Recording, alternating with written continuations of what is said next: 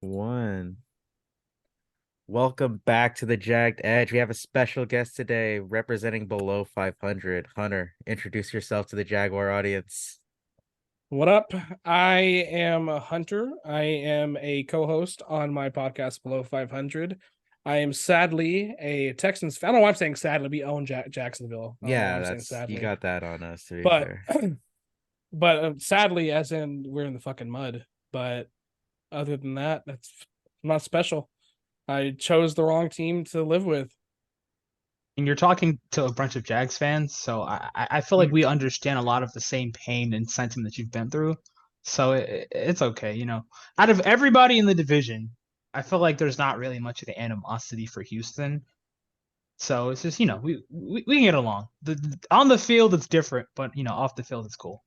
The only thing that I don't like too much about it's not the Jags, anything to do with that franchise. It's just some of the fans are like obnoxious. It drives me insane. Like Yeah. they'll have the little taste of freedom. And like I don't mind calling Jacksonville good.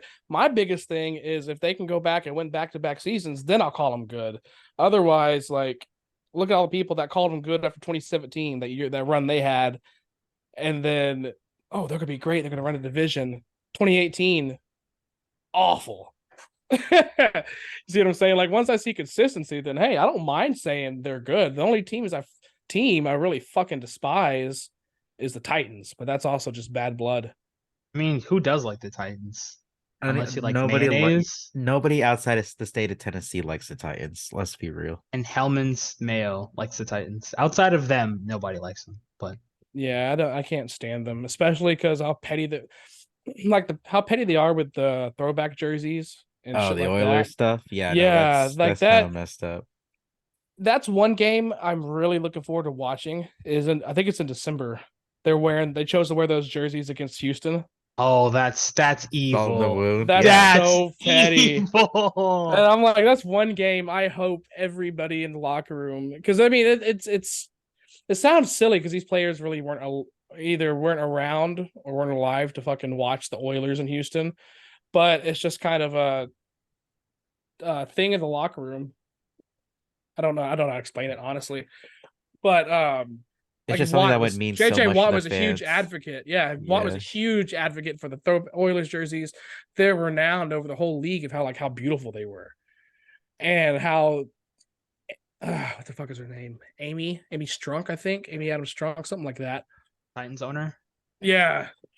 She's so stingy to where she won't even let Houston wear them for a throwback.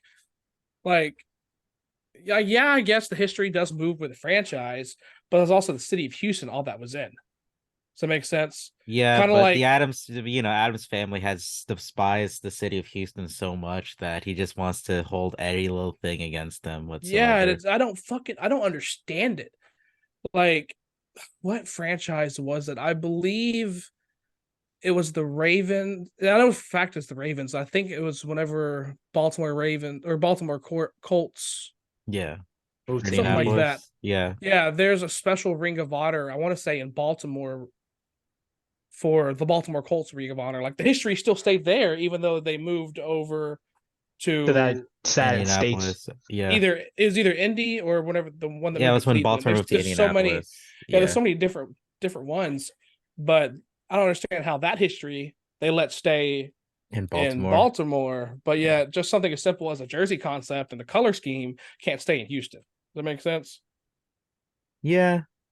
But that's Another the reason NFL for you. More you don't money, like more the Titans. problems. Yeah, fuck the Titans. That's enough of that. I like this guy A already. bad rant, bad side rant. Colts. I can hate the Colts, but it's just because they own They've had us. the most success. You got to start off if you're gonna best way to appeal to Jags fans, just talk about how much you hate the Titans, and then everyone's just gonna be like, you know what, this guy I like him a lot already. So So why do the Jags hate the Titans? I've never understood that. I think it's because of 1999. 1999 more than anything, and we just ended up in the Okay, same division. It's just forever. okay, that Yeah. makes a little sense. Imagine I've going always wondered. 14-2, and then the only team you lose to, including the playoffs, were one Or team. technically like what 16-3 at that point. Yeah, they're 16-2 until no, it was 15-2, and then the third all our losses that season were against the Titans. Jaguars were the best team in the NFL that season. Nobody could stop them, but except for Tennessee Titans. Apparently, Greg Williams, the head of Bounty Gate, admitted to taking plays from the playbook or stealing the playbook before the game, whether it a joke or not. And yeah, they just ran with it ever since. I totally get it now. I was so fucking glad they drafted Will Levis. Now they just have a group of mid at quarterback now. I love it. Yeah. It's funny too because I was such a big Malik Willis guy heading out of school. I was too, and I was so mad he went to Tennessee. But it's Tennessee. They can never develop a good quarterback from Vince Young to whoever. They just I wanted to be happy for Malik coming out of Louisville, and he goes to Tennessee. Liberty. I mean, I hate the University of Liberty. No, Liberty. Malik yeah, Willis Liberty. I don't know why I was thinking. Was it? Yeah, Liberty. He went to Auburn, and then he. I'm thinking of Malik Cunningham. Yeah, I don't know why I'm thinking of him. But that's another fumble from New England. That's a whole different time story, whatever. But yeah, I'm sad Malik went there. Just like I'm sad AR-15 went to Indy. Yeah, and exactly. You were just saying he's like such a fun prospect, and I'm like, wow, now I have to root for that he gets traded. Yeah, I'm just like, man, it's okay. Jim Irsay will never build a good football team around him. That's okay. I don't think he's too busy spending money on dead whales to build football teams. So exactly. Jonathan Taylor killed that whale. You cannot tell me otherwise. It adds up too perfectly. Like there's no way. Like so he's gonna spend $20 million to save Lolita, go from Miami to the Bay over there, like towards Seattle, I believe, where her pod was. Yeah. And shortly after that, that's whenever the whole debacle, Jonathan Taylor's holding out, rada. He says he's not really hurt. Irsay's saying he's hurt. And then he misses practice for personal reasons. And then a couple of days later, Lolita's dead. I'm like, all right, now. You know what? The timeline fits. He might be onto something. You might be onto something. The timeline matches up perfectly. Like, I love a good conspiracy. Love it. It's funny what two teams coming off of losses we'll talk about before the game really starts. We'll just talk about how the rest of the division sucks. Yeah. Oh, exactly. y'all want to be talking about Houston? I would love to talk about anything else. That's valid. Oh my lord. So yeah, let's just start things off. We'll be on topic for once. We could go back to messing around with anything else after. We just gotta talk a little bit about this game. Like 10%. Yeah. What's going on in Houston though? 2 games, everyone's dying. Derek Stingley today. What's happening? I don't know. We need Brian Cushing in the weight room again to give peds out or something. These people are too weak. Like I don't know if it's in the water. I don't know. It starts off Kenyon Green, our starting left guard that we got in this first round last year. He's out for the whole season. He got an IR before the season even started. Actually started before that. We lost our starting center, and then we lost the backup center. So we're on our third string center. We signed George Fant. We traded for Josh Jones. Titus Howard broke his hand, so now we got George Fant over at right tackle. Got Josh Jones learning how to play left guard now. George Fant gets hurt, so now Josh Jones has to slide over to right tackle. It's just this. Tunsil was out last week, so Tunsil's fucking hurt now. So we got one starter on the O line. Shout out Shaq Mason. We got down at right guard. Yeah, holding that's all I can do.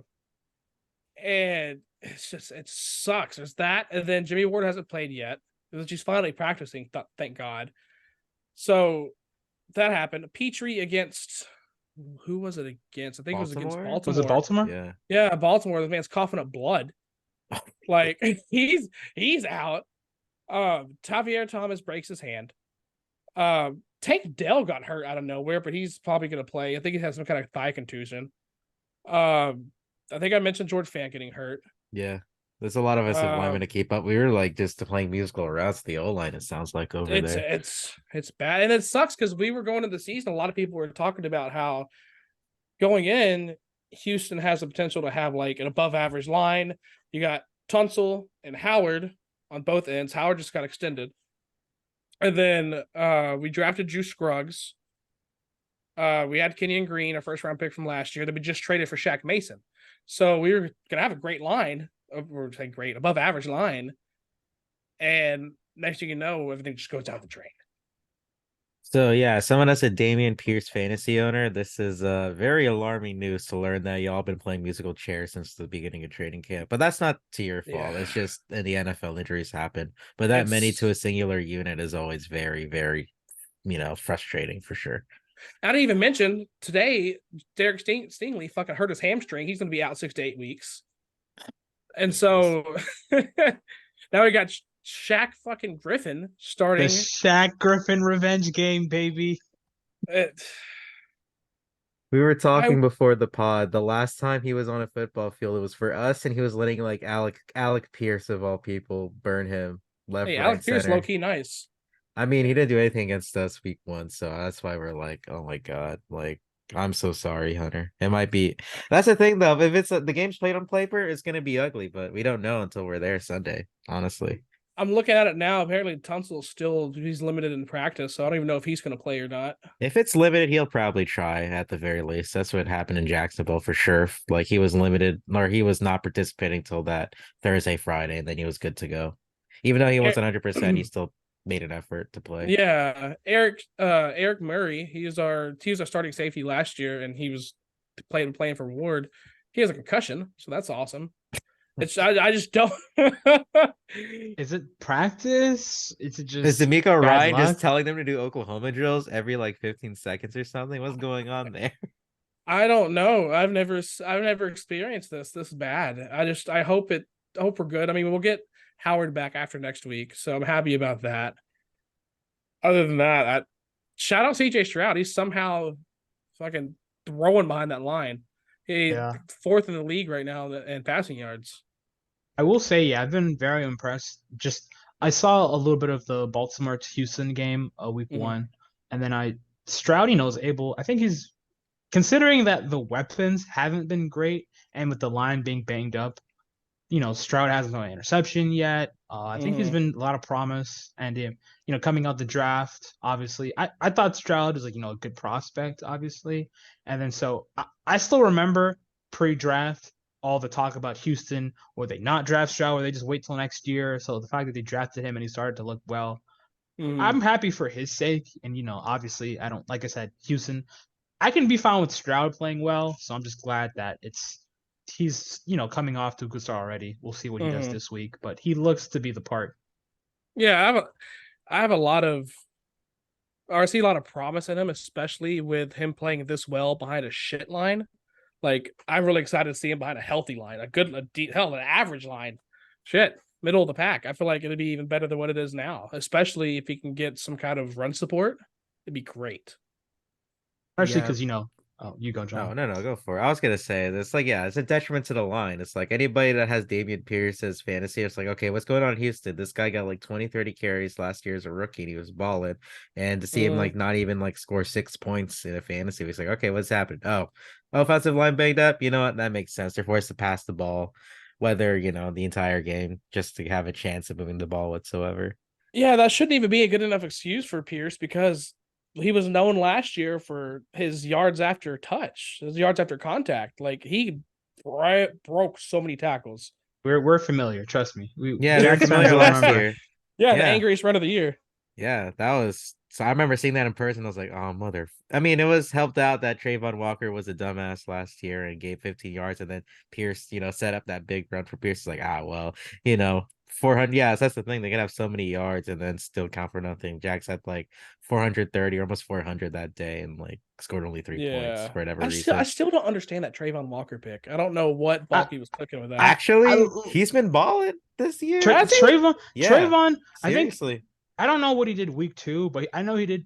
Did he have the pressure on the Cisco pick? Was that Josh? Yeah, that was Josh, I think. But I think it was Josh. But he's actually just been super effective. If anybody runs the ball, 75% of the time Trayvon Walker's back there. He's at least stopping the run, and he's starting to figure it out kind of during the pass rush because he's getting more and more pressures. All right, maybe I'll eat my words. Yeah, I didn't pay attention. I haven't really paid attention to that much football outside of fantasy, honestly. I've just been so busy, especially because I'm getting married in 19 days. So I'm doing wedding shit here. Yeah, I can't even think. I had a bachelor party gone wrong. I had so much other shit every week. I'm doing something. So I haven't really been able to pay attention that much. Yeah, I mean, if you talk to any Jaguar fan this season, they'd actually be impressed with how Trayvon Walker has started the season. But Mainly the it's defense not as as a flashy whole. as Aiden Hutchinson with the sack numbers last year. But the reason why they drafted Trayvon Walker in the first place was to stop guys like Derrick Henry, and then now you got guys like Damian Pierce in the division. He had Jonathan Taylor before Jim Irsay pissed him the hell off. Before he killed Lolita. Yeah, he killed pouring out for Lolita. Exactly. Oh, I wish I had a bottle. But like yeah, it's actually been really good to start the season for real. So it's good to Well, that's see good that then. yeah, it's good to see them actually taking a step. Now, whether that will turn into, 10, 15 sacks a season, we hope so. But as long as he's stopping the run and like being in the backfield a lot of those times, I think Jaguar fans can be happy. He's definitely been better at getting pressure. I don't remember his stats from last game. I think he beat Juwan. I think he got one or two holding penalties, John Yeah, versus he was Juwan. getting. Yeah. And then he was, I think, versus Indy, he had 4 pressures and a sack. So I mean the sack was a little bit garbage time, but some of those Hutch sacks last year were kind of fake. No. So I'll take it for the agenda. But I'll say as a whole, Trevon's looked a lot better. So I know a lot of people, even literally before the first game, like before the Jags played their first game when Detroit opened the season, people were like, "Oh, why didn't the Jags pick Aiden Hutchinson?" And I was like, "People, the man didn't even play a game yet." And then so now it's looking to be a lot closer, and the ceiling with Trevon is still so high because at Georgia he was just he was just so focused on stopping the run and never really had a chance to rush the passer. So now that he's still learning how to do it, the ceiling's still pointing up for him. So we'll see. My expectations are like 7, 8 sacks this year, but I mean if he has a 10, 12 sack season, I'm not going to be upset. I feel that he's going to eat till Sunday. He's going to eat with our lack of a line. I'm telling you. Is Stroud good at getting the ball out quick, or? I mean, I think he's getting more comfortable. So, like versus week 1, he wouldn't get out too quick. If he was holding on to it if he didn't get out too quick. I think it was just the first game jitters started the season. And the more that he's played throughout the year, he's gotten more comfortable. Like he had I want to say like 260 yards, somewhere in that 280 week 1. And then week 2, he went for three or more than 350. I can't remember the exact. It was number. like 380, I think it was. 380 something. Close to It was a lot. 400. I was like, Yeah. Jesus. The more he plays, the more comfortable he gets. Although that was against a no-name Indy defense. Like I don't think I can name. Oh, you should have saw I us. will. Yeah.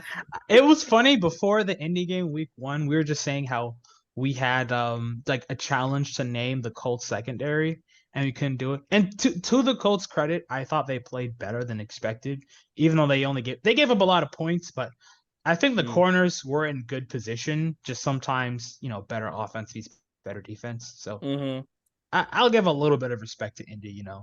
I keep wanting to say, damn, that they have Malik Hooker, and he's I don't even know where he's at now. I want to say Dallas. He's in Dallas. Is with Stephon Gilmore, who was also in Indy. Yeah, he was in Indy last year. I mean, hey, I can't say shit. They beat us. I mean, yeah, it looked like Anthony Richardson was gonna have a hell of a game until he did AR things and got himself concussed to hurt a second week in a row. I'm like, oh my god. For your sake, I was glad that didn't happen for your guys because that would have been very demoralizing to see the other rookie quarterback going off until he killed himself at that second touchdown.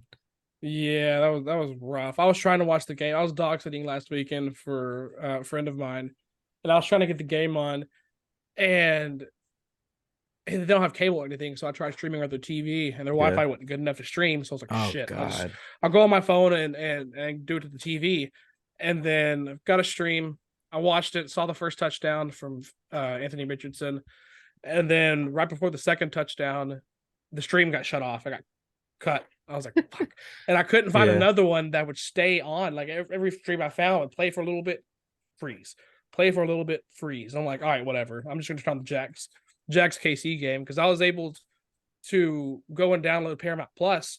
And so I'm thinking the Texans is going to be on CBS. They're AFC. I'm like, fuck it. I'll turn it on. And it's Jags KC. I'm like, why the fuck is Houston, a Houston radio station, TV station airing Jacksonville? I was pissed. So I'm like, all right, cool. I look it up. It's Fox. Houston's on Fox. God. They don't have a streaming option. Oh, hell no. And I'm like, man, I can't win for losing. So I just watched KC and Jacksonville. Jags. No, I watched Dragon Ball. And then Okay, Good, fair. smart man. after I finished Dragon Ball, I watched the last fourth quarter of the Jacksonville KC game. Must be nice to have watched that game and not be in Inside. 100-degree weather. So that was I love that. My for nose you. is still peeling. I was showing Hunter before we started. My nose is still peeling from last Sunday. It is terrible right now. God bless you have Melvin and Javal because I am suffering right here. The only time I've been to TIA Bank was in December and it started pouring rain. Yeah, it's so much better. I would prefer that over I think I anything. might have been to that. Was that the Davis Mills game? Yeah, that was Mills Mafia game, baby. I He was remember going because it off. rained and then we had like the kickoff return, and I was just I think that was Trevor's 2021, yeah. Yeah, that was And Trevor's then I rookie went year. after Urban got fired, and then we still got our shit kicked in by the Texans. So Yeah. Oh yeah, it was great. That was a good game. Great game for some people. I don't know who that ginger guy was, but he kept chirping me at the beginning of the game. I don't know, some big fat ginger dude. I'm saying that because I fucking hate Was this that guy. Barch? I don't. I'm really. Maybe John Michael knows. He was kind of near the section that we were in. Oh, this ginger dude? No, yeah, I don't know anyone. This fat ginger. Whatever section Eric and Andy usually in, that we bought tickets for that section, but they ended up going to a different one. So it was a section. Say you're looking at the field, it was a section to the left. That's where he was at. And he was trying to. That was the game that there was a streaker on the field. A guy started in a Trevor jersey started I streaking. think so. Not streaking, but got on the field. Yeah, he was avoiding security like crazy. That whole season was just like a. But every time, it was real. or I think Jacksonville was doing better at the start of the game, so he kept chirping me, and I started being so obnoxious after Houston went up big. Oh, I was talking heavy shit. You deserve that, to be fair. I hate whenever people start talking shit at the beginning of a game. It drives me nuts. It don't matter what sport. I'll just stay quiet. I'll be like, all right, for example, in Discord, Bubba's a Red Sox fan, and whenever they played Houston, the series with Houston, he did it twice in the same series. They went up 3-0 at the very beginning, and then we ended up coming back and winning at the end. I love whenever somebody starts talking shit at the beginning. Yeah, I try not to anymore just for that reason, just for the, stacking on whatever. It's and it's not like I can't be confident in my team. I want my team to do well. It's just, right. See, that's my problem because I want to back my team, but but if you want to take it, if you don't want to give it and you don't want to take it, then don't give it at all, So I get trying to stay quiet, especially when your team's good like the Astros or whatever. Exactly. I'm a realist. That's why Week 1, I was I'm hoping that we can take advantage of Baltimore. Nope. And then I'm like, oh, we're gonna beat the fucking Colts. I don't care. And then a day before, found out Tunsil wasn't playing, and then the depth with the shit in the O line. I'm like, oh no, nope, we're losing. And same thing going to this week. I'm like, I don't expect Houston. I think we'll cover, but I don't think we're gonna win. Yeah, 9.5 is such a big spread. Jackson will never cover spread, which is the funny part. I think the last 4 times we were favored at home, I think a stat said today, last 4 times we were favored, we lost those games. So maybe it's a Colorado State thing where it's just way too close for whatever reason. Yeah, I don't know. Yeah, I was hoping that weird thing. I was praying that fake Calvin Ridley quote was real. I was like, God, let that be real. There's a fake quote? Yeah, I said he couldn't name anyone from the Texans secondary. No, it said Texas defense. So in general. Texas defense. And I'm just like, all right, bet. I'm like, no, I guess technically he was teammates with Shaq Griffin at one point. He wasn't in the building. He wasn't allowed in the building. So. Yeah. So I'm gonna say if you want to be technical, he was, but I don't even think anybody on the team last year remembers Shaq Griffin played. I would try not to remember that he exists either. He was so bad for us last year, man. It was bad. We preferred our slot corner playing outside over him last season. But Darius is but he's not a slot corner though. He was an outside corner. No, I meant Trey Herndon. Our starting slot corner now was better outside than Shaq Griffin was last season. So, give or take, but yeah. But slightly better, but still we would have preferred Trey outside over the Shaq Griffin. I'm praying Petrie practices tomorrow because if he practices, it'll look good for them. Yeah, it'll look better to play Sunday because if we can have Petrie and Ward starting. Sustainable safeties. That's our captains of the defense. Like them and Will Anderson have earned captain. Well, Anderson my dog on our O line though. To be fair, he's really good. He's nice. I saw the sack he had in versus Baltimore. He drew a hold and was still able to sack Lamar Jackson, who that's not an easy task. So we'll see how much of it's Will versus Walker Little, and how much of it's Will versus Anton. I mean, if it's to me, I would just try to get Will as much versus Anton. I mean, I don't think Walker is the greatest left tackle to ever play, but he's definitely the best offensive lineman they have at left tackle. And Anton last year, Chris Jones, yeah. It is Chris Jones, so obviously we'll give him a pass. I think this game we're excited. I don't think it was Oklahoma and Alabama. I don't think they played versus each other, so I don't think they have experience in college, but 2 first-round picks, pass rusher versus offensive tackle. We'll see who the wins, how many wins. I think we'll able to get his. It's just a matter of can Anton hold his own enough, or is Will just going to dominate? And then if that case, maybe they have to start sending protection, maybe sending chips, and then will that open up the interior offensive line? So it's really dependent on. That's what I'm kind of excited about it, because you got Will on one side, you got Grenard on the other, and then you got Malik Collins and Sheldon Rankins on the inside, on the interior you're pushing. So I'm pretty confident in our front seven. I do really like them. Christian Harris is really underrated linebacker. I cannot pronounce our rookie from Alabama.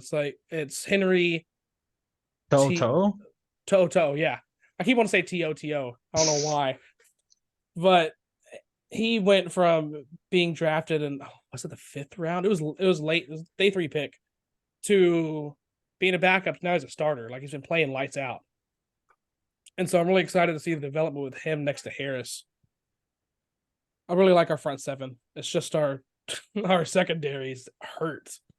If it's encouraging for you, Jacksonville's interior lineman hasn't been able to block for shit so far this season, including our Pro Bowl right guard, but he's also been playing hurt since Indianapolis. So if it was anyone else, though, this offensive line would be eaten up inside, like, for real. So it's a big advantage for Houston, I would say, going into Sunday. And it depends how long Trevor Lawrence has been to throw the football, because last week was terrible for Trevor trying to get the ball. I mean, he gets the ball out quick, but since he had no time, he couldn't be truly his very best last week.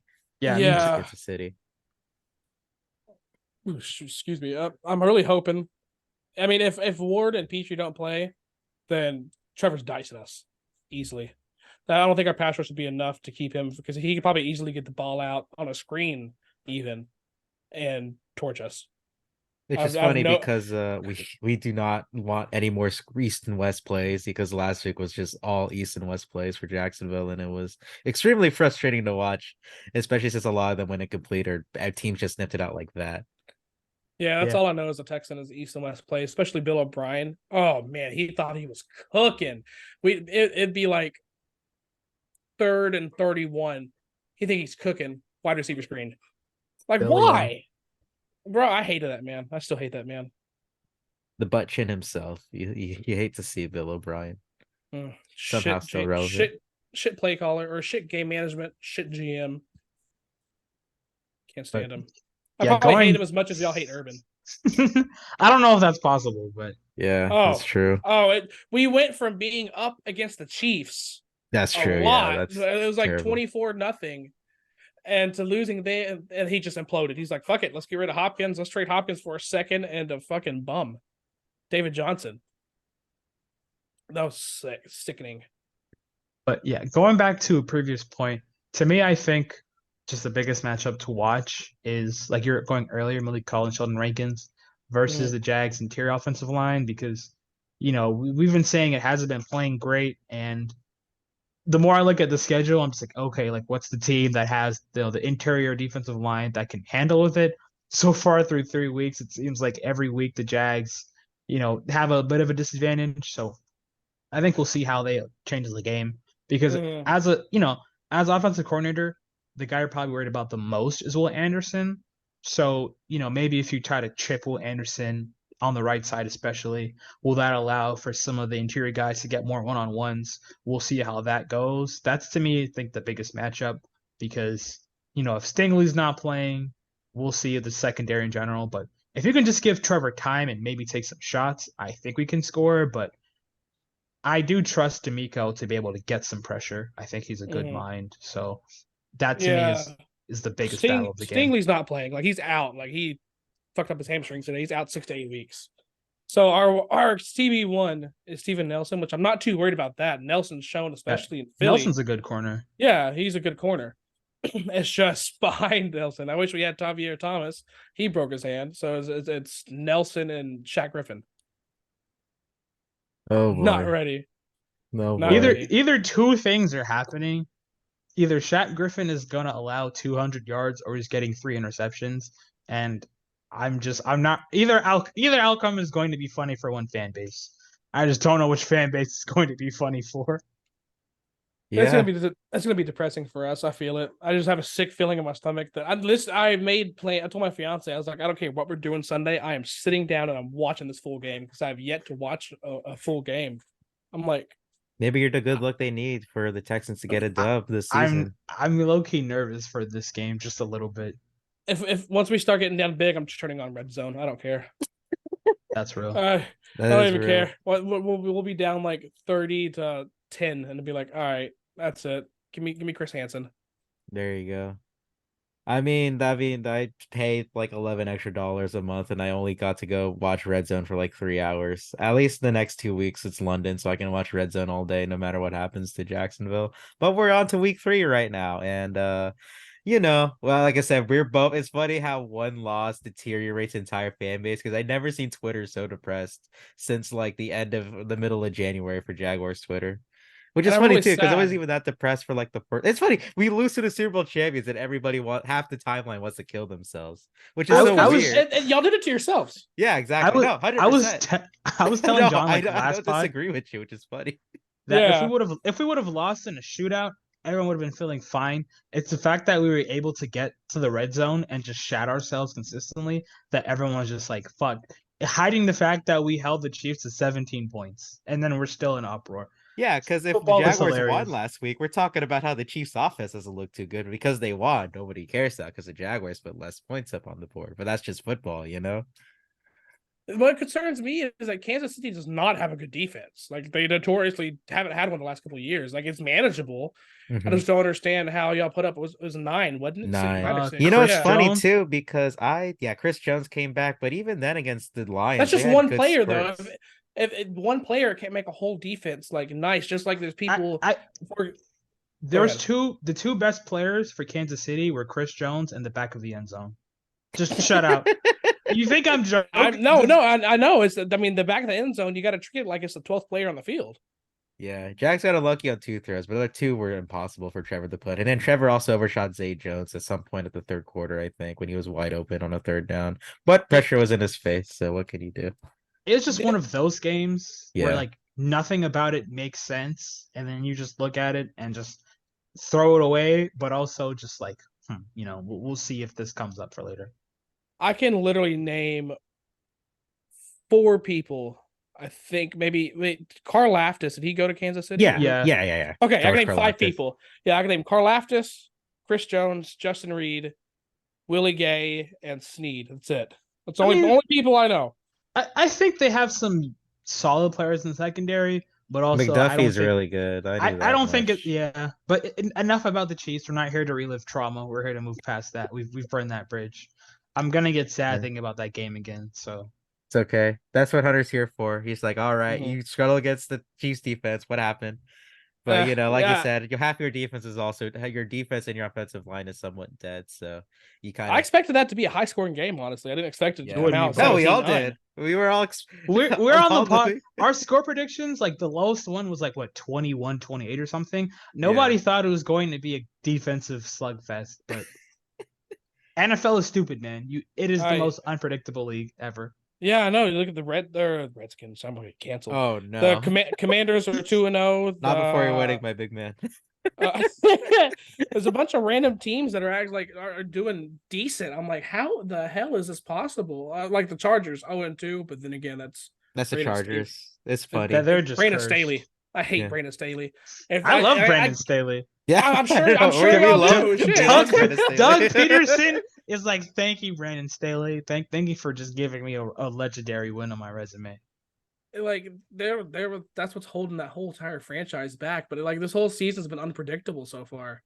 I don't understand it. That's why I'm scared for a second. Yeah, it's September football. It's still early. There's injuries that are about. You don't expect guys like Nick Chubb to die, or Jonathan Taylor holding out before this. You don't know. You don't expect anything holding out. I don't see Chubb touching the football again. Honestly. Yeah, same leg too. It's in Georgia. Exactly. Awful, that's rough. If he does, I feel like he might be scared to hurt it again. Like how do you process hurting that leg for a second time that gruesome? And then I feel like his cuts won't be as hard. He won't have the same acceleration anymore because he's scared. He doesn't want to fuck it up. Yeah. NFL, they're just pro football in general. It's just such a rough sport, especially when things like that can happen at any moment. Pay the running backs. I do not care. Please take care of the running back position. I don't know what side of what side of that line I'm on. I don't. Like, I understand both sides. I do. Yeah, I do. That's a terrible part because especially being in sport management, getting my degree, I understand the business side so well. It just sucks the human part of you. You're just like, please take care of them. But like, I get it. Eckler deserves to get paid. Jonathan Taylor deserves to get paid. Like, all these running backs deserve to get paid. But it's also so easy to just replace them. That's just business right there. Yeah, running backs used to be the cream of the crop back in 20 years ago, but this is the NFL now, and not the NFL in 2003. And you see it because they'll try to compare it to fullbacks. A fullback is damn near phased out now. So after fullback got phased out, they start talking about running backs going low. So it's like a trend. You'll see it dip down, and then running back stocks go high. You see, like, for example, the what year was it? Was it 2014? When did Todd Gurley and Melvin Gordon get drafted? I think 2014 or 15. Yeah, I think that was the Dante Fowler draft. So 2015. Somewhere in there, like around that. I was like, oh my god! Around that time, running backs were huge. You go to play fantasy, damn near every pick in the first round is running backs. Like there was everybody valued running backs then until I guess recently, this last season, that's trending right back down. And I don't understand why that one position is so volatile. Kind of funny that you mentioned Gurley. I think he was probably the biggest example of why you don't pay running backs, which is very sad because, he had that great stretch. He single-handedly won me a fantasy chip one year. Shout out Todd Gurley. And, he got paid. And after he got paid, just disappeared from the league so quickly. And, that him and then Zeke they got, these, after they get the massive contracts, that's when they start to decline. So, I mean, we'll see. I mean, I know Etienne mentioned it before, and he said, as a running back, you got to be able to adapt your game and, catch more. But I just think the amount of touches they have, it's so brutal because no other position just handles the physical outside of offensive line. Because, trenches in general, every play you're having to try to beat somebody. But outside of trenches, they get paid handsomely. Running backs get paid like crap. So it's a sad. I understand why, like you said, but there's nothing really. I don't know the NFL's going to do, so we'll see. Nobody knows. That's just it. It's just wait and see. Look, sometimes I think it's rigged. Yeah, well, fair enough. The script set us up for this moment right here. That script, bro. I bet Chubb was fucking freaking out when he saw the script for Monday night. Oh, Shaq Griffin, he's like, I have to start in Jacksonville? Me? He says, my time to shine now, baby. Yeah. Okay. Well, we have to tell Hunter about the bet. We have a nice bet. It's actually about a Houston guy himself. So our boy Caleb Chason, we have a bet to where if he gets 5 sacks, you have to get his nickname on the back of a jersey, and he only needs 5. He's the only one with the sack in Kansas City, and we lost. So we're now having this kind of rolling theory that if he gets a sack on Sunday, we'll lose. But he did get a sack last year in that away game against the Texans, and we won. So who knows if we know anything. That was also prime tank Houston too. Yeah, so shit. Don't tell us that. He had to get a sack then. He's gonna get 2 sacks on Sunday. I was going to ask who has a better game, Shaq Griffin or Chason? Oh God. Just because it's Jaguars, I'm gonna say Shaq Griffin. Somehow, some way, he's getting a pick. Trevor's gonna make a dumbass throw, and he's gonna get a pick. I can totally see it. I don't even think it's gonna be Trevor's fault. I can see just being a stupid pick, or just not even a pick, where like maybe just like a fumble or something. I don't know. I feel like he's Tim gonna have a Jones, play. like kind of like mishandles or mistimes a route, and it just goes straight to Shaq Griffin or something. And I pray to God Nelson's on Ridley the entire game. I pray. He will have Otherwise, to. we're getting cooked. We're getting cooked. Cooked. I was about to say Marvin Jones Jr. Fuck. Who is the wide receiver? Zay Jones. Okay, so it's Zay Jones, Zay, Ridley, and then Christian Kirk. How the fuck did I forget Kirk? I'm Zay thinking of might not. Probably he's more of a Yeah, slot. Zay's not playing though on Sunday. Well, he maybe. It looked like he might not play. But he's been out the first. I'm just assuming he's not playing. So if he didn't practice yesterday and today, I say they'll give him a week off. Then they just trust the def in their wide receiver. Let's say you probably got to pay attention to tomorrow. If he practices tomorrow, then maybe. Yeah, we'll see though. If I were the coaching staff, you missed the first 2 days. Just let him rest a week. It's such a long season. You don't want to aggravate anything. But I'm not the player. Players always want to pay or play. So. What's been surprising this year? Finally having a breakout year is Nico so far. It's just kind of weird. Yeah, saying Nico breakout. Collins, man. Shout out Nico Collins. Week 2. But that man, he's him finally. Like he's fine. All the hype behind him the last 3 years is finally coming to fruition.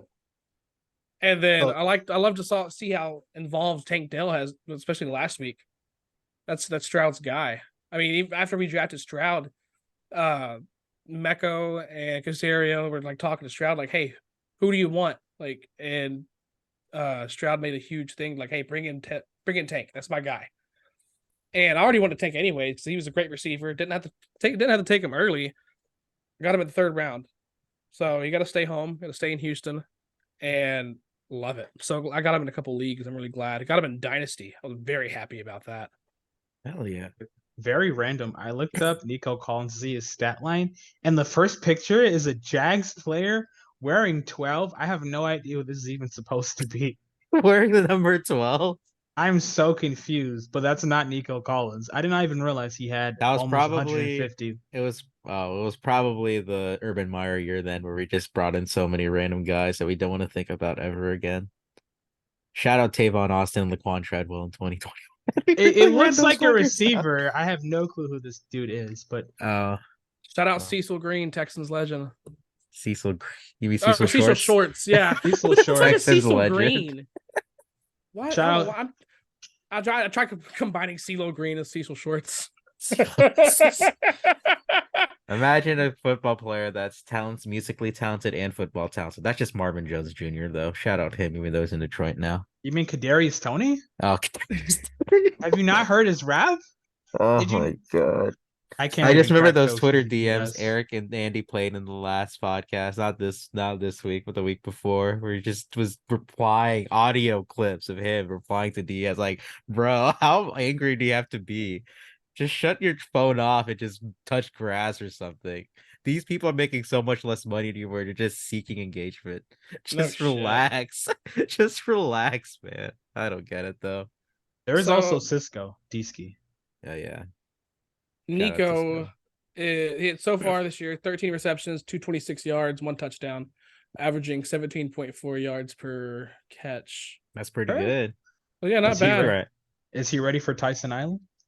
Oh yeah, Tyson Campbell will probably get a good game. That's a good matchup to look for, honestly. I've also been kind of shocked how Stroud's been targeting Robert Woods a lot. I didn't expect him to be that much of a factor. Like when he first started with Houston, I was like, great, we got that veteran presence. He's a speedster. He can help take the top off of defense. And then once we started in training camp, he wasn't doing shit. Preseason didn't do shit. So I'm like, it's whatever. It's gonna be Nico, Tank, and Xavier Hutchinson season. And Stroud's like a security blanket, kind of. He's been peppering them in the midfield. Interesting. So, have you guys just been targeting the middle of the field when passing the ball, or you just kind of spread the ball out like outside, or was it been a lot of screens? Like, how does the Texans passing game look? I mean, I don't know because because y'all been down a lot too. So is it just like circumstance or trying to catch up way too much? And even being down week 1, he didn't. I think it was just he wasn't confident enough, or maybe the offensive coordinator, the play caller, wasn't didn't want to have him throw in the middle yet. I don't know. He didn't do it too much week 1, but he did it more in week 2 and found some good success with it. Especially there was a good deep play. It wasn't in the middle, but it was a good deep ball to Tank, and Tank shook the defender and went in for the touchdown.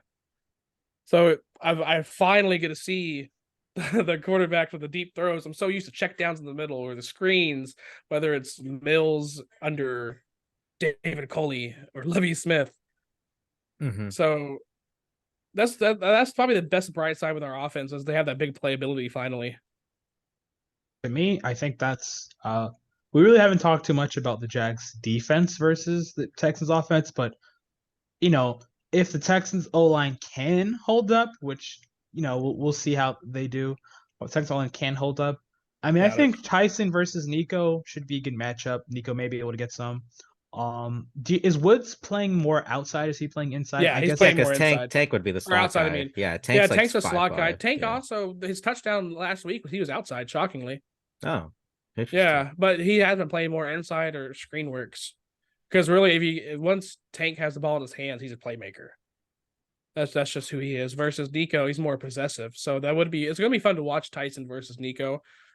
The wild factor is Woods because he's outside, but he's just kind of a comfort target. He could come under for a safe throw, safe dump off. It's hard to tell.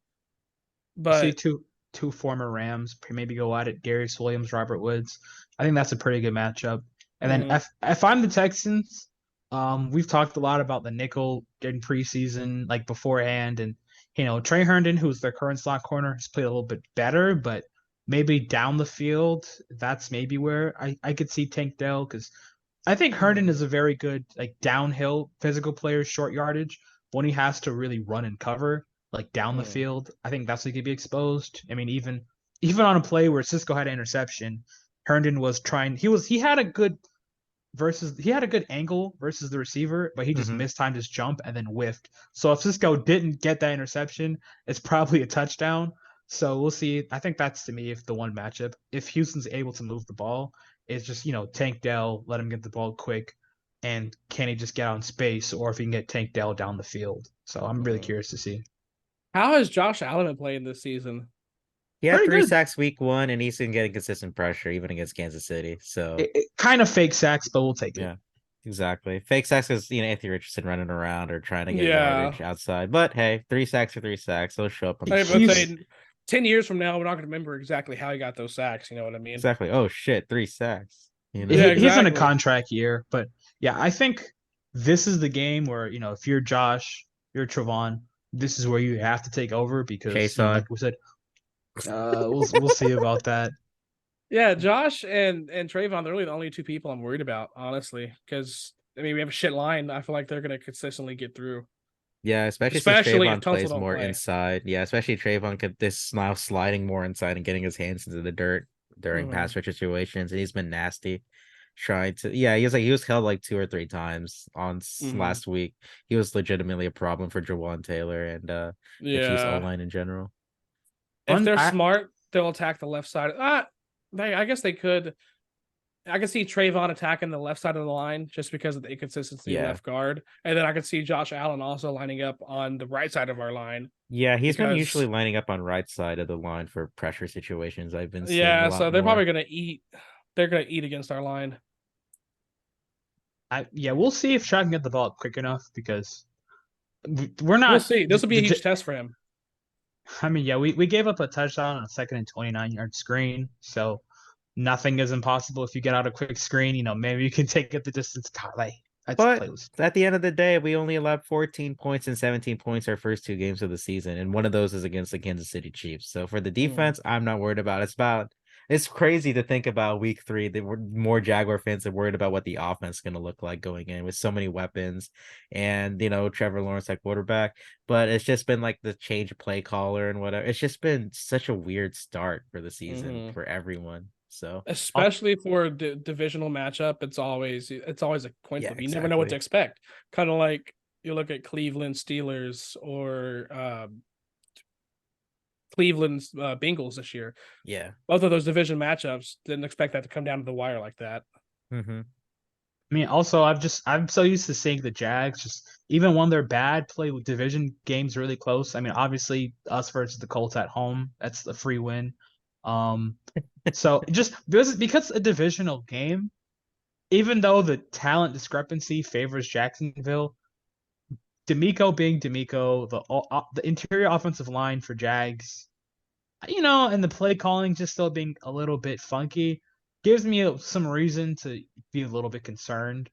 Because even though I see like, oh, Texans have backup Stingley's out, we're gonna throw for 400 yards, and also still being a Jags fan, like lifelong, a part of me is just like, this could get a little bit funky, but The we'll PTSD see. is still everlasting. I know you probably feel the same about your Texans too, Hunter. It's Oh, like, definitely. but like I said, you have success for the Jags your entire life, so basically you have no concerns. So like, well, if we get a win if the Texans get a win, would you be surprised? No. It's like we always own you guys. You can just say that over and Yeah, over I again. wouldn't be surprised of any outcome. Honestly, I would be more surprised if we won than if we lost. Yeah. Just because of how the injuries are piling it up. But hey, 28-14 all-time record. Exactly. 66% win percentage against one franchise is Gosh. absolutely stupid. I It count is on really one dumb. hand the wins y'all have had against us the last 10 years. I'm kind on one hand. Love it. Yeah. I want to say it's 3. Two or three. Gosh. Yeah, I think it 3. was two Gus Brad or the first Gus Bradley year, two of them. And then In 2017. 2017 was like we swept, and then outside of Yeah. 2017. Yeah, I think legit four over Yeah, the past 10 2017 was years. the last sweep. And even before then, I think it was 5 years before that, there wasn't a win. It was Houston swept. It was like I Houston think sweep. Gus Bradley got it in Kubiak's last year. He got Kubiak fired, I think. The Gus Gus Bradley one. Bradley is a war criminal. Well, we all knew that. Kubiak was fired in 13 because 14 Yeah, was so Ryan's first definitely year. that was definitely the Gus Bradley year where he swept the Texans and then it's like, all right, you gotta get out of here. Yeah, our only 2 wins that year were against the Cardinals and the Titans. No, was it Cardinals? It was Titans for sure. Mm-hmm. To see that. I can't remember who the other team was. I'm about to look it up right now. It's going to It's track me crazy nuts. because I just remember that vividly. Jaguars started off so bad. Everybody thought we are gonna go winless, and we won like 4 out of the last like 8 games or whatever to end that season. Because those was before your time, Javal. So it's like crazy to think about how like terrible we've both been consistently until I don't know. It's just been pain and suffering for both Jaguars and Texans fans. That's something we can always get along with. Yeah, we started 2-0 and then lost the next 14 games. We beat the Chargers and Titans and then proceeded to lose the next 14. Oh, I mean, the Jags beat the Colts, proceeded to lose the next 15 one year, so it really Yeah, does sometimes. Yeah.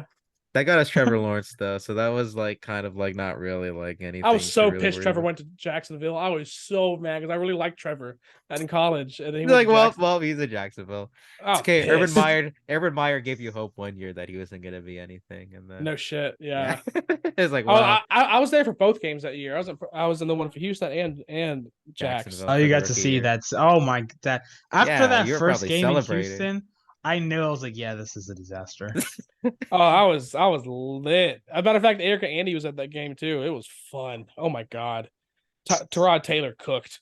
He did. Tyrod Taylor cooked the freaking I don't know I remember the Rayshawn Joe just got Cohen. cooked over the top.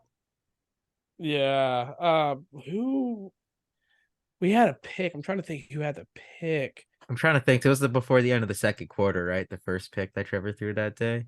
Yeah, I'm trying to think back to our secondary back then. God, I can't think of it.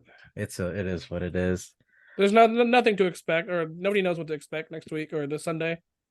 So can't wait to see what happens. Can't wait to. I don't know. I don't know what to do.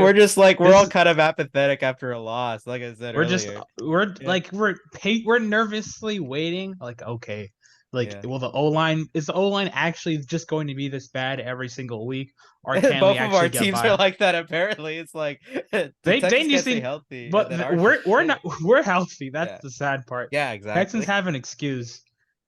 Our guys came back from injury, and well, Scherf came back from injury, and I was already banged up. Barch came back from injury, and probably is the worst player on the line at the moment, either him or Fortner. So, I think a lot of fans are just nervous because we just want to see. Even in the Colts game, we scored 31 points, but the offense just looked janky at some points, which is still really stupid. So I think it'll average out even more in the middle. Like, if you score 24, 20, like mid-20s is possible. I don't know with this team. Even in the Jags win, it's stupid. So I wouldn't be surprised if the Jags win and we come back on Monday just like we won. But what was that game exactly? Like Chason had 3 sacks. Oh, don't Okay, let's be. I need to be realistic. I need to be realistic. I can't wait to see the Jacksonville win what. Sunday, and then Monday everyone's saying, Back "Jags 2024 Super Bowl champs." Absolutely, we're back on the train. One win away. Either two things are either Jags are winning and we're going to the Super Bowl, or Jags are losing, and Press Taylor needs to be executed at midfield.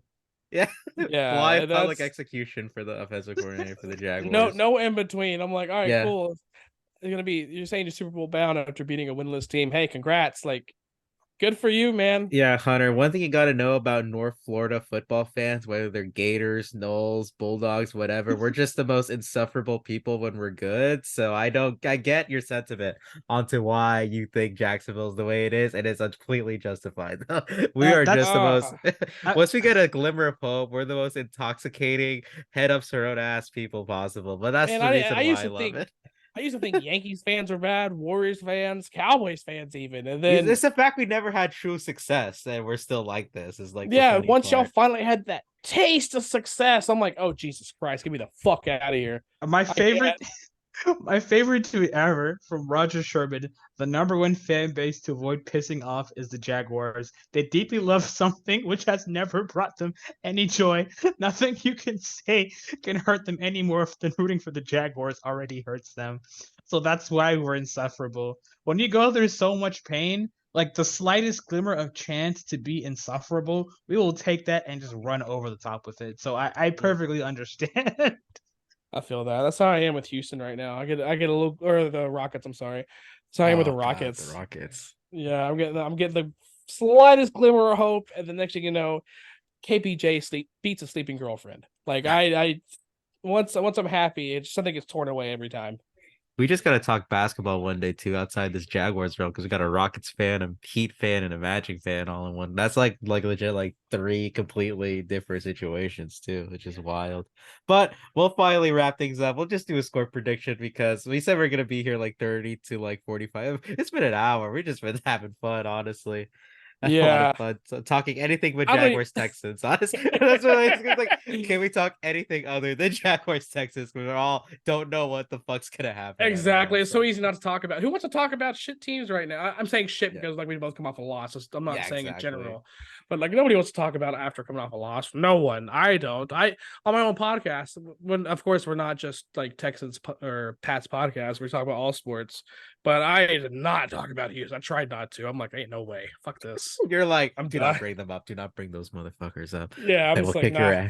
Only thing I brought up is like cherry pick shit. Like, hey, CJ Stroud, leading the lead or 4th in the league in passing yards. Also the best Ohio State quarterback to play in the NFL.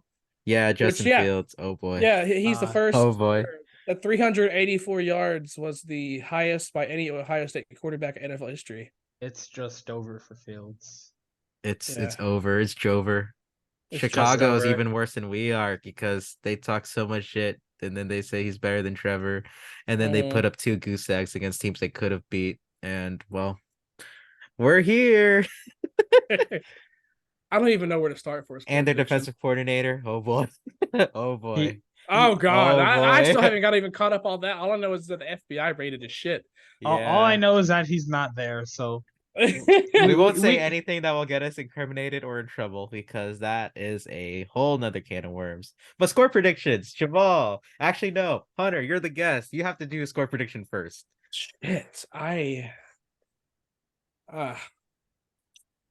well, I got to be true to my word. I said we're not going to win, and I said we're going to cover the spread. Spread's 9.5. I will go. Damn. Rough. I'm trying to think here.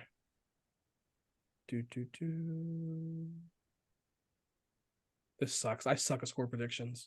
It's all good. We never get it right anyways. It's for the sentiment only for the podcast. For shits and gigs. I'm trying to be realistic. I'm like, all right, I can see Houston getting like 2 touchdowns. So I'm trying to do the math. So I'm like, all right, I can see.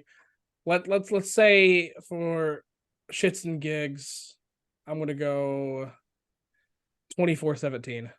Yeah, I could see that Jacksonville. definitely. Yeah. I'm fine with that. Jacksonville wins Javal. 24-17. I can't, instead of a score prediction, I'm gonna say Chase on sacks is going to be 0. Shaq Griffin picks is going to be 2, and then I'm just going to put all the negative energy out. So hopefully this can all be reversed by Monday because Oh my lord. You're just gonna put players. Yeah, that's how apathetic we are. Javal doesn't even want to do a fucking score prediction. Okay, if I'm going to be semi-realistic, Just because of score, any score. okay, Jags 27, Houston 20. I feel like Houston maybe like scores late, like they have like 14, and then they have a Stroud puts up a fourth quarter drive. We get the ball back, game is done. Just so because I think even though Houston in the Colts game, like they were down, like the score looked a little better because they're competitive, but also because the Jags, I don't even want to know. So 27-20, I'm just gonna put that in the air, Jags. But I'm prepared for weird shit to happen after last week. Oh, absolutely. Nothing will surprise me coming out of this. Nothing. After week 1, when we allowed a 2nd and 29 touchdown to Michael Pittman, and then that whatever the hell that defensive touchdown was, I'm like, is this going to be like the divisional matchups this year? Like just stupid shit. Mm-hmm.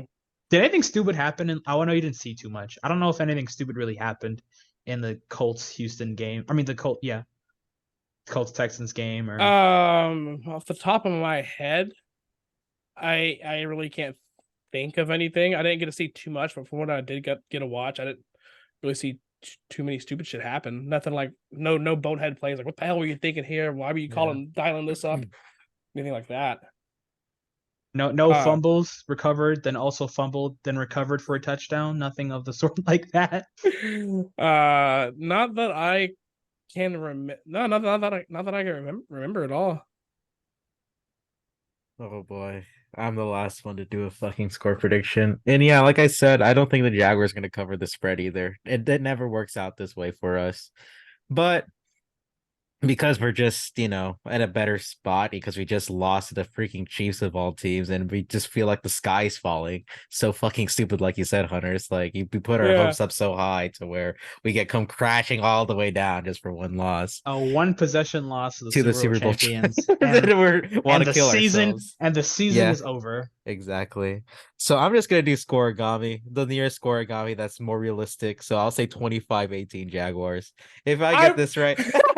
That's funny because I was thinking 25 earlier. I was like, ain't no fucking way. Yeah, ain't no 25-18. Just the dumbest way to get there. We'll get a scoregami. If we get a scoregami, no matter what the score is, no matter who wins, I'll be happy at the end of the day. Sadly, that wouldn't even surprise me. I think like that would surprise me. Jacksonville blowing us out wouldn't surprise me. Houston blowing Jacksonville out wouldn't surprise me. Scoregami. Oh my God. Only thing that would surprise me is if it's like close at the end of the game, like one possession, like maybe like 1 point lead. It comes down to the final play. That's the only thing that'll surprise me. Yeah, if it's like last play. Yeah, it's just like kind of Jacksonville kind of treads away and they just do whatever the hell for the last like 10 minutes of the game or whatever. Yeah, they're like we've been saying the entire time. There's nothing that we can predict. Nothing that we it's can the put our finger NFL. on. And we're all gonna apathetic. Have a 2 safety game, that's 4-0, 4-2, some stupid shit like that. God, I'm the only one being forces there on Sunday, guys. Do not have me sit through a 4-2 football game. We're not watching West Ham and Manchester United. We're watching Jaguars and Texans. That'd be so fun to see a 4-2 game or like 3-2 game. Has there ever been a 3-2? I don't think. Look at the scoregami. I can look right now. I have the website up. I would pay to watch that. That's fun. There has been a 3-2 football game before. Oh my! There's no way there's been a 3-2 football game. What about a 4-3 game? A 4-3 game?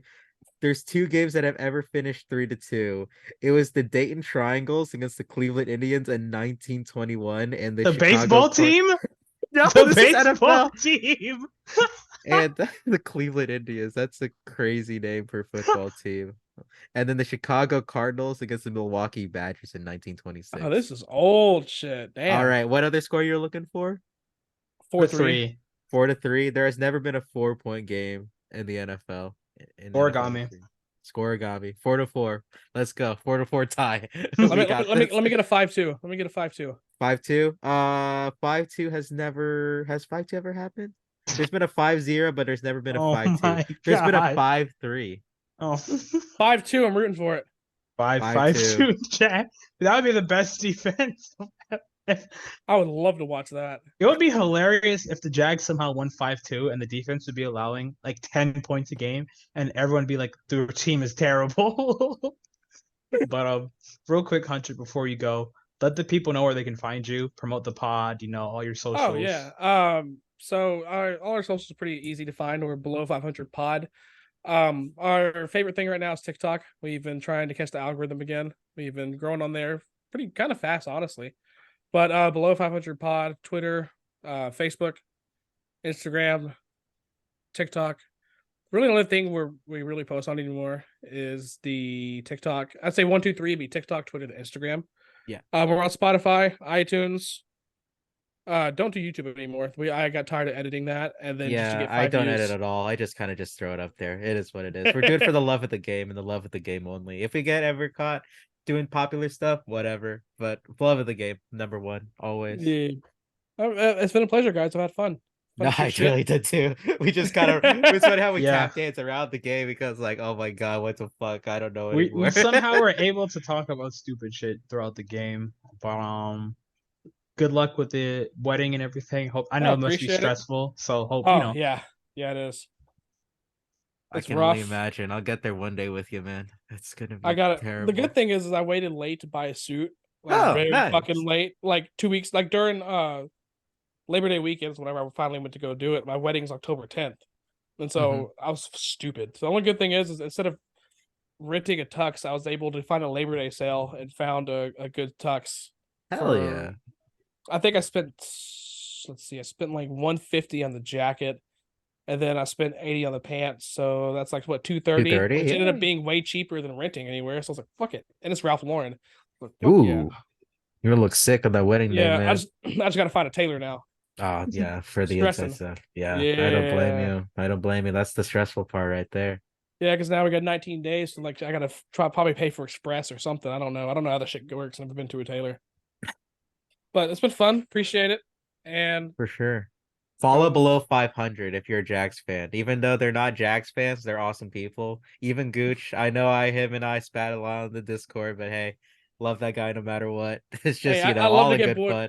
I love to get bored and argue with Jags fans. It's fun. Yeah, exactly. If you want to argue with Jags fans, follow his Twitter. If you want to argue with someone that's not a Jaguar, it's funny. I don't want to stay in my circle all the time. It's tough being inside a Jaguar circle. Yeah, sometimes we do have kind of like, we just breathe optimism and nothing else. And like I said, we let ourselves down hard whenever we get one setback and we're just I'm too much of a realist, so I'll just point out facts. This is my thing. That's what I do. Same thing with Houston. I'm a realist. All right, guys, but I'll leave you be to the rest of your days. I will see y'all Sunday. Javal, I know you're not going to be there, so I'll probably just message you. I will be in that hot sun again. God bless you for not going out to any game. I'm jealous of the roof that you got in Houston. I know AstroTurf is the worst, but at least it's a roof over it. Yeah. All right, guys. All right. I had a fun time. Have a good rest of your night. See ya.